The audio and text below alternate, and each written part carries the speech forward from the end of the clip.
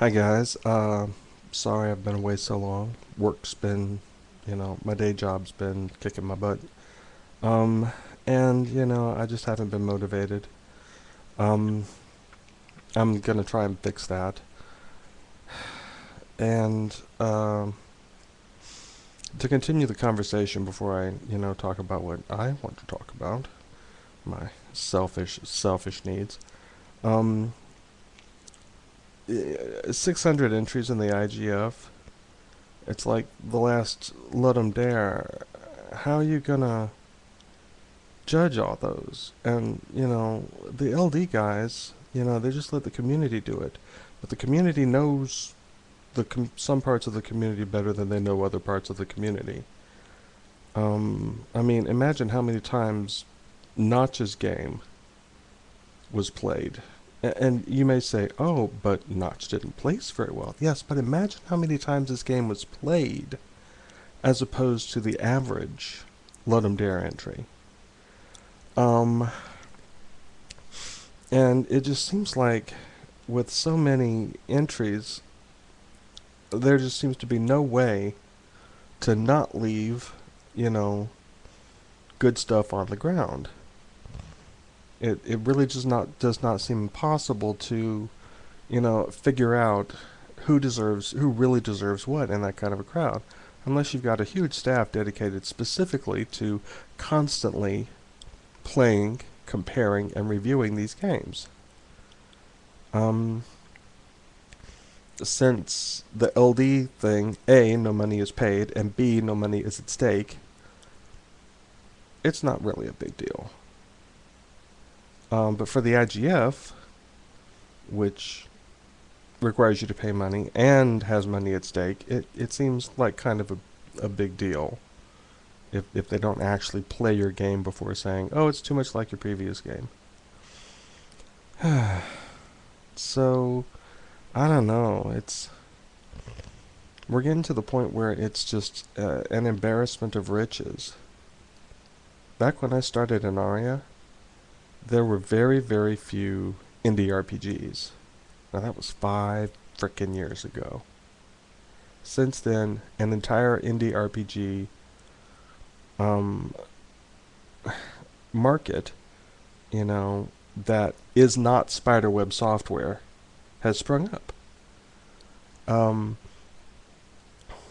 and if I'd released an Aria earlier, it might have gone over better.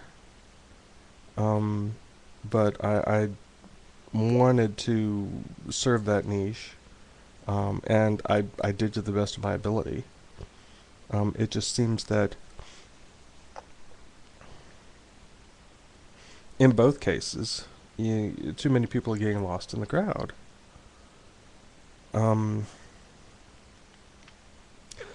Now, this brings me to something else I wanted to talk about. When I first encountered Unity 3D, it was Mac only. It only ran in a web browser, and it was $100 just for a learning license. Um, I watched my friend Bill Maurer make something stupendous with it. He had this Iron Man prototype of a game that we might have been able to pitch to somebody, since we were working at Aspire. That's pretty much what we did, was license stuff. Um, and it looked great. But since I didn't have a Mac, I couldn't join in on the fun. Now, in my postmortem for my game Inaria, I mentioned that one of the things that killed me was lack of middleware. Um, and that in the future, the quality of my games would probably be in inverse proportion to the amount of actual code I wrote for them. So I'm kind of going in full bore on Unity. Um, the three games that I wish to write next, which is Inaria 2, Star Kittens, and Planitia, um, all seem to be doable within the Unity engine. Um, I can just look at the basic Unity objects and go, oh, that's how I'm going to do my terrain. That's the object I'm going to use for the little people, etc., etc., etc., etc. Which brings us to something. I just watched a whole bunch of these videos in order, so I may get this wrong. I think Mike Kasperzak was talking about, which was, you look at some of these entries and go, yeah, right, these are indie games. Okay, well, Unity 3D has a first-person shooter script built into it. You drag and drop it onto the player object, and you have got perfect first-person shooter controls within 30 seconds of having opened the package. Unity 3D also has a built-in store where you can buy professional level assets that are guaranteed to work perfectly with the Unity 3D art pipeline. So if you've got a little bit of cash and a little bit of scripting knowledge, you can get first-person shooting going pretty easily in that engine. Um, and it's going to look pretty good. It's almost like Unity 3D is the new game maker, It's going to take a while before things shake out, and you'll be able to tell, okay, he just wrote that with the default scripts and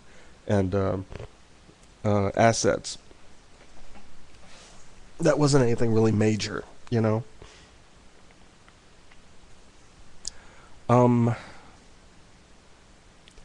but yeah, it's just getting easier and easier. The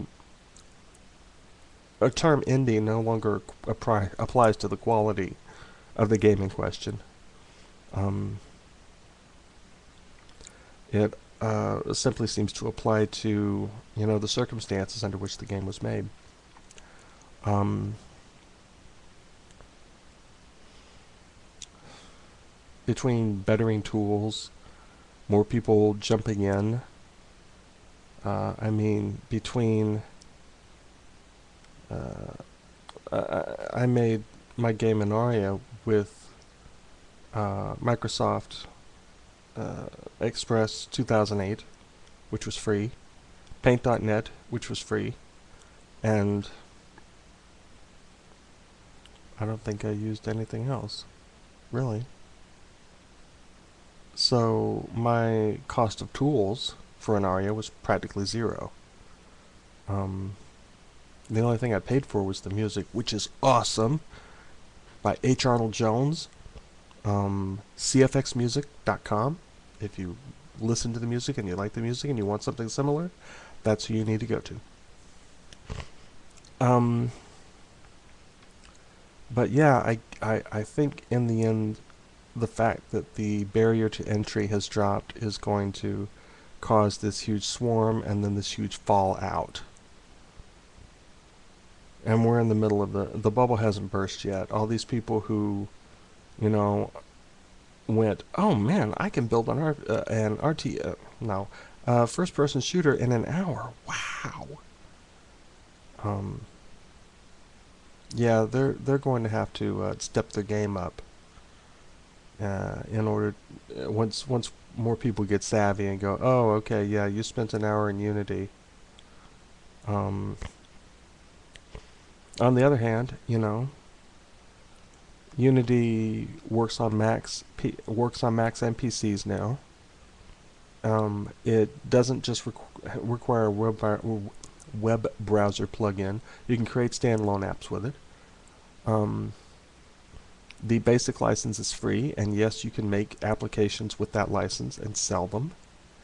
And there are plugins that will allow you to make Android and iPhone games with it. I don't see any objection at this point to using Unity for my future games. So I think I'm going to do that. As for warm fuzzies, I don't think I've ever actually gotten. Okay, I got a couple of emails after Inaria was released saying, "Oh, that was pretty good," but I've never had anybody go, "Oh man, your game was great. I couldn't believe it." Most of the emails I get are, it's so close to being good if you just did this, this, and this. And I look at that list and I go, I thought I was done. Why can't I ever be done? So warm fuzzies, yeah, never really gotten them. Would like some. Um, Hopefully, after tomorrow, I'll have a nice weekend. I can play around with Unity. I might post some stuff uh, about how I'm doing with that. Working through the tutorials, which are good. The tutorials not only teach you the engine, but they also teach you the scripting behind everything, so you can customize your stuff, which is, what separates the people who drag and drop, the drag and droppers, from the people who are actually making games. Um, but I guess that's basically it. That's basically where I am. Um, Sorry about Steambirds, um, and I hope everything goes better for you guys with your IGF attempts in the future.